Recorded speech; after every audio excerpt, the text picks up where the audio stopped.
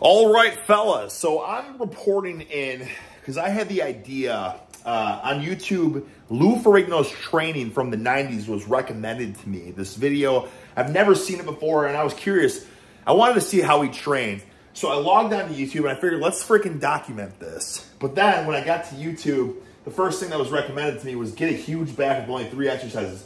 Eugene, Tail, whatever, something. Not to be disrespectful, I just don't know how to pronounce it. I've never watched the channel before, but I see Dr. Mike, and it just, again, listen, I have no agenda, okay? From what I've seen of Dr. Mike, I like his stuff, okay? But I just figured this is get a huge back with only 3 exercises. So I think we're going to put the freaking Lou Ferrigno footage to tomorrow. Let's do that tomorrow.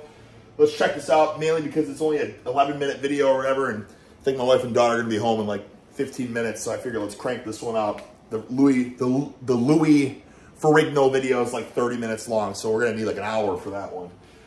But anyways, I'm genuinely curious as to what exactly is the 3 best exercises, and I'll give my input on it too. Again, listen, I don't care about controversy. I'm not trying to, get views in terms of, I disagree, that's horse crap. You know what I'm saying? Like, I'll probably agree with the majority of it. But I just figure some people like this content. Some people want me to give my thoughts, Plus, I got a voluptuously thick and engorged back. I can't see what you guys can see. But a decent back development. So let's see what they proclaim. Somebody must do it. Anyway, let's do it. Stick it in a snicko. Okay, so a lat pull down. Beauty. So I guess that's This is called working out. Yeah. It's good for your health. I guess that's the number 1 exercise. Only 3 exercises get a huge back. So anyways, I'll give my thoughts on what I think 3 exercises for a huge back would be. Because listen, I started training when I was 11 years old, so 25 years ago. And I had the Arnold Schwarzenegger encyclopedia, right? So I just kind of saw the exercises, and I had the dad's, Weider home gym weight set.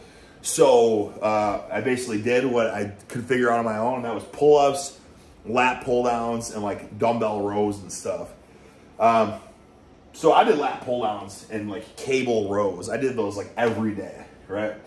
What I noticed when doing the pull-ups, the lat pull-downs, and all that kind of stuff, once I started incorporating deadlifts, my back got so much more freaking jacked, stacked, thick, freaking voluminous. So if deadlifts aren't on this, I don't know. I gotta find it kind of a disgrace, because honestly, I do think deadlifts are the best way to get a giant back. And anytime anyone's asked me, like, what is the best exercise to get just wide? You know what I'm saying? And in my opinion, it's deadlifts, okay? Just that freaking girth, that full development, the traps, the lats working up the wazoo, the spinal erectors, like, that's how you get a really freaking developed back, in my opinion. And people wouldn't think that though, right? Because you're not doing this pulling motion. You know what I mean? It's not these freaking pull downs and these, the rowing motions, but it's just like that isometric freaking tension, right? Through that full range of motion from the floor up to the top. Like, if you deadlift super heavy, or you do like Romanian deadlifts or any of that stuff, one of the places I'm most commonly sore after heavy ass deadlifts is in my lats, right? Or your traps, or like your spinal erectors, okay? Like your entire freaking back. And, if we're gonna go back to the Arnold book, on the freaking chest and back workout, he has deadlifts too. He's got stiff legged deadlifts for the leg day, but for the back, he's got the deadlifts, because I think everyone knows that to accrue just disgustingly bulbous mass, you have to deadlift. So already with the lat pull downs are okay, but I think pull-ups, deadlifts, and then a really big range of motion row. So something that really stretches you to the peak, right? Kind of like how the Arnold did his rows or whatever, you know what I mean? Not, so if I was doing like a cable row or whatever, for instance, I would fully stretch like here. If I didn't have this thing on a tripod, I would demo what I think the best row would be. And it's basically, be like a deficit deadlift, like to a row. So it's like this big range of Jeez Louise. I just want to demo this. Okay, I will stand on my daughter's gymnastics mat. And let's see if you can see if that helps. Okay, a little bit higher. But basically, if it was all the way from the floor, like so, big stretch. Big stretch. Okay, that would be, so basically like a deficit deadlift, bent over row, basically. Deficit, bent over row. Pull up and deadlift. But we'll do that kind of physique. I got the lat pull downs. Now listen here. You go to the gym and everybody does lat pull downs. And most people have despicable, terrible lat development. So lat pull downs are easy. Now I know that they're going to say this because, you know, you can get a really big pause and stretch and you can squeeze, right? Because you can use lighter weights. I get that, but at the same time, like, I do think that just anything with the cables and stuff like that, not a fan of it, right? I think personally, the free weights are what get you jacked, stacked, succulent, and dense. The machines and the cables, I feel like they could feel good, they'll get you a good stretch, but if we're talking about getting a huge back, I feel like cables and machines are like the finishers, you know what I'm saying? It's the icing on the cake, but in order to build the freaking cake in the first place, you need the deadlifts, the weighted pull-ups, and the deficit bent over rows with the giant range of motion. And I'm talking about with a barbell or with dumbbells or with like a T-bar row or something like that. Turning their heads. Everyone know. I don't even, I'm sorry. Maybe I should. Okay, Even he may love his one. brother. So he's kind of a flop already, isn't it? Mr. Beefy! Mr. Beefy. What is it, Mr. Beef? You can see I made a cup of Joe here because I really wanted to enjoy this chit-chat with the boys. We got double ads. We got a Febreze. It's all right. We got 12 seconds left. Anyways, I guess we should probably listen to what they're going to say first and foremost. But I just feel like I already made my point. We're 7 minutes deep. We've watched 0 minutes of this video. But let's find out. Let's start watching the video. Life is a kind of like a quantum effect. Like it's on average very high, but stochastically goes like into like plan her death mode, and then also stochastically jumps to like a really extremely tired. Okay, so we got pull-ups. Your back is like triple in size. Ah, brother. Just label this short Chinese weightlifter Mr. on YouTube, and you're famous. Get that chin there. Yes. One more. Dude, I'm not a fan of the straps on the pull-ups and the pull-downs and all that, and I know why people do it. Because they want to feel their back more. And I think that the straps, and I'm not even opposed to straps. I think that straps are awesome for like your top set, your finishing set. The one you gotta, that's for all the freaking marbles, right? When you warm up, whatever you're putting the weight on, you know, and then it's like, okay, I'm gonna horse freaking cock this out of the oblivion. So I'm gonna put these straps on just so the grip isn't affected. But I see so many people with like the Versa grips and straps and all that. I'm like, just light ass, like lat pull downs and like body weight pull-ups and stuff. And I understand, Mr. Beefy, I understand it's because they feel like they get a better engagement of their lat, like they can feel their mind-muscle connection more. But like honestly, if your grip is holding you back to the point where you can't feel a mind-muscle connection, I'm doing things like lat pull downs and pull-ups, that's a serious sign you need to strengthen your grip, okay? And again, yeah, you could say, well, that's for grip work and that's separate. You shouldn't have your grip hold you back. And I agree. And maybe they addressed that in this video, and this is where I'm not very good. I'm not watching the whole video. But again, I'm just giving my 2 cents of what I see. You know that's what I do, right? Again, I just do body weight pull-ups and you're using straps. Again, I just see that as like, there's a freaking weak link in that chain. So people do this because it's kind of what all the pros do. They use straps and everything, and people do find that when they put the straps on, they can pull more weight, right? They can maybe feel their back better. But at the same time, like, I would always make the rule that just save the straps to like just the freaking go home set, you know, the finishing set. Like working these forearms, that's part of the puzzle. You know what I'm saying? Like you want a big back, get jacked freaking forearms. The jacked forearms are going to lead to more jacked arms, and the more jacked arms are. It's all a freaking chain. That's my philosophy, really. And of course, and I say this, and I love wearing straps in my deadlifts, right? You could say, well, you shouldn't wear straps in your deadlifts then either. But again, it's only we're talking about body weight pull-ups, and we're talking about lat pull-downs. Again, once it's respectable weight gets heavy, I'm all for the straps.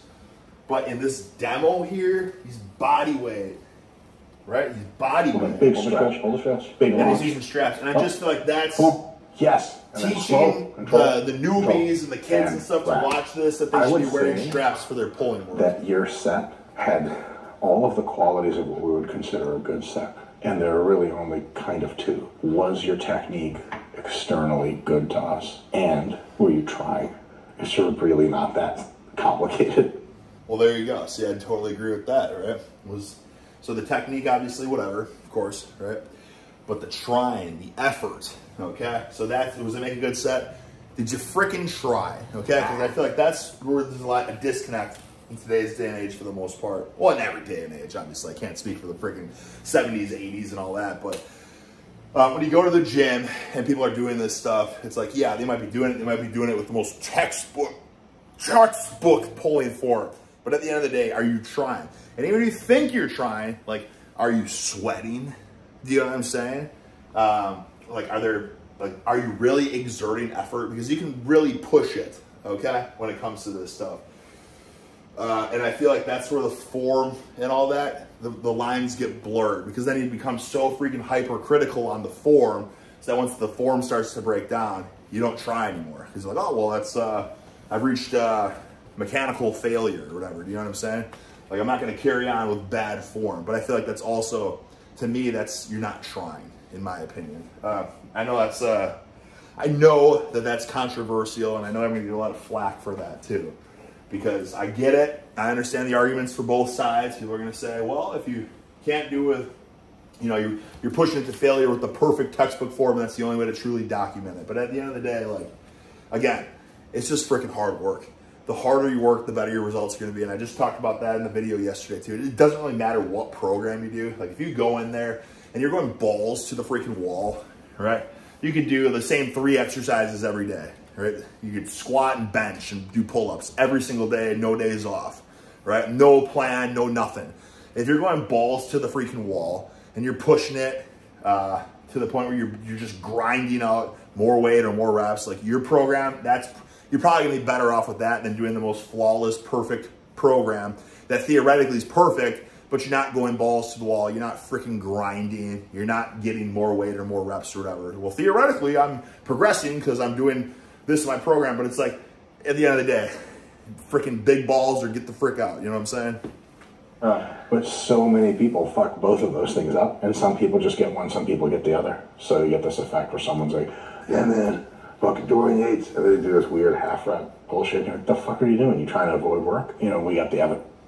So then that's where it's like kind of a sticky situation, because it's true. If you are doing half reps, like, there's a time and there's a place, right? There's a time and a freaking place. So it's like, if you're doing half reps, are they technically avoiding work? I mean, maybe at the end of the day, maybe the time under tension, or maybe their set's longer with half reps and it would be equal to if they're full reps. It doesn't matter, but it's however they can push it. You know what I mean? And the whole Dorian Yates deal and Mike Mentzer or whatever, and the high intensity stuff like that. Like, I know these guys hate that, but you know, at the end of the day, I like the idea of the high intensity too. I don't like the belief of all the days off and all that. But what he's saying about the half reps avoiding work, I think that's not the right way to look at it. I mean, it's all case by case, so of course. Based Harry Potter fucking nerd that does like loaded lengthened partials or some shit, which is dope. But like, he's obsessing about details, and meanwhile, booyah. Well, hey, see, I think we're on the same wavelength here. Harry Potter nerd that's obsessing about lengthened partials. Yeah. Yeah. But he's saying, but then that's dope. So, I mean, listen, I feel like we're two peas in a pod. We get it. We're connected. I think we're really saying the same message here. Like, his RIR is like 8 or some shit on every set. All right. Got the pull-ups. What are we at here? Because that pull-ups. The lat pull-down section, I really got to get the no ad YouTube, huh? But the lat pull-down section was very quick compared to this pull-up section. Well, develop certain elements of control from the top position, but other than that, the default should be like touch and go. That's 3, right? Those straps, I'm telling you, those straps. Okay, what's this? Go, go, go, go, like a go. straight arm push down, like a pull over type movement. That's a good one. It's a good exercise. Yes. I'm a fan. Amazing. Slow as if you're going to do another one. I don't think that it's one of the 3 exercises for a huge back, though. Is that it? That's the one? Oh, here we go. Yes. You feel those spinal erectors going? Yeah. Okay. One last one. Big touch. Oh. I mean, that's pretty funny. So they're doing a deficit, like deadlift, a deficit bent over row, which is what I said. So we agree on that. I just don't understand the Smith machine. Why the Smith machine? I feel like this... People can argue with me all they want, though, but honestly, like, it's a freaking machine. And I just feel like we don't respond as well. Anytime I use the machines, it's like you feel like you get a good workout, but then and I know that people say it's not about strength, it's about the freaking bodybuilding, but honestly, I feel like that's a cop-out, you know what I mean? You can get huge and be weak.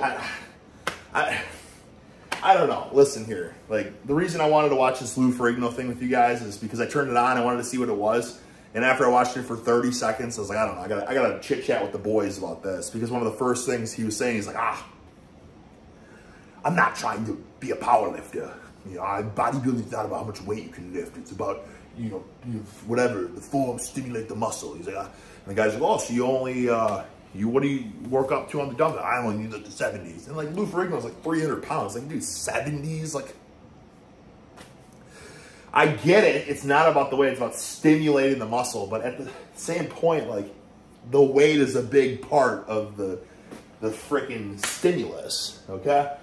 And I just feel like the Smith machine, I don't know. I mean, listen, he's got the freaking data. I don't know if there's any data comparing a Smith machine versus a free weight, but the Smith machine is easier. And I feel like the fact that it's noticeably easier, it's not to mention with the Smith machine, it's like it's already balanced. You can kind of pull against the machine to keep yourself like more stable. So like, in my opinion, it's kind of taking your core out of it as well, like including your spinal erectors. In my opinion, to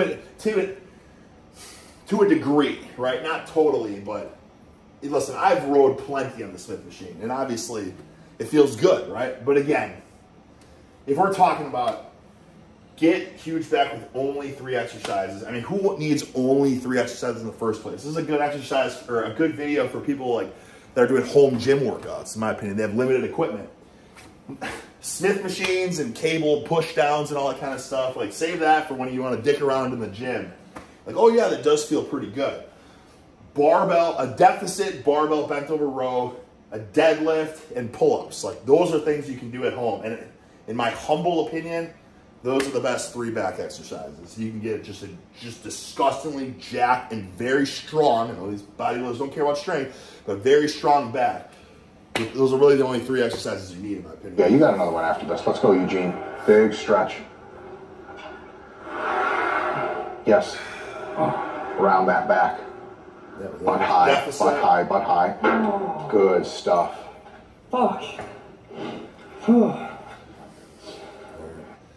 I think that's... Produce force in all those positions. You're going to grow a lot of muscle. It requires a lot of muscular activation to achieve. You're going to use all the little muscles everywhere in your back. And it's also going to make you a very competent mover of your body, because there's not going to be a place where you didn't encounter very high forces. Excellent transfer to most. A very competent mover of your body. Well, I would agree, because you're like, you're doing every function of the back. Like with this row, you're doing it in a machine. So you're not that competent of your body, because your freaking body is not... It's not like you're picking up, you're not picking up a free weight, you have a machine. So you're getting competent of your body utilizing this one machine. And the thing with machines is every machine's different. You know what I mean? So on this machine, you're like, oh yeah, I was, horse cocking. I don't know what weight he has on. Let's say 225, we'll say 225. And then you go to the gym the next day on the Smith machine, and you go to do it again. It's, oh, this feels so much easier. I'm so strong. Or I'm so weak, because all these machines are freaking different with their pulley systems and their leverage. You know what I mean? Like, some are in a slant, some are straight up, some of those stupid 3D Smith machines that just are as wacky as can be. Anyways, listen, guys. Again, Dr. Mike, I think he's providing great content. Honestly, it's like it's food for thought for advanced lifters and people that like. I just think that the problem with this particular video, and again, I don't want to seem like I'm a hater on him, because it's one of the only channels I really do enjoy watching. So I like it. But I just, when I see things like this, I'm going, oh, shit, I can talk about this as well. It's all about giving my 2 cents. And my 2 cents is saying that, like, deficit row, great exercise, probably one of the best back developers. Pull-ups, they have that. Great, so agree on those 2 of them. Maybe not so much the Smith machine. And personally, I wouldn't use the straps, especially if you're doing body. Maybe you have like 100-pound strap and you use the straps. But and then the lat pull downs or whatever the hell at the beginning, I would throw deadlifts in. And again, it's just my experience, but also any people that I've like trained. I'm not, you know, to the level of trainer that Dr. Mike was, but you know, I trained college athletes and high school athletes and just regular schmucks and schmoes too.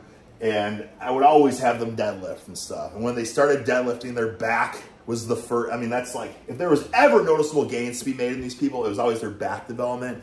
And in my opinion, that's because I had them deadlift, right? Where most teams and coaches and, you know, personal trainers and stuff like that, they just avoid it for some reason. Like, they don't want to hurt their freaking clients, I guess, or their athletes.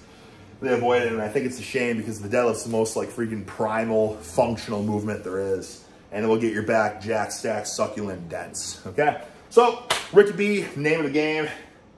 Solid video. Again, not to knock it. But I'm going to start doing this stuff more because I like it. You know, it's easy content. I think we can all just sit down. We can have a little chit-chat. Tomorrow, we're going to do the old Lou Ferrigno.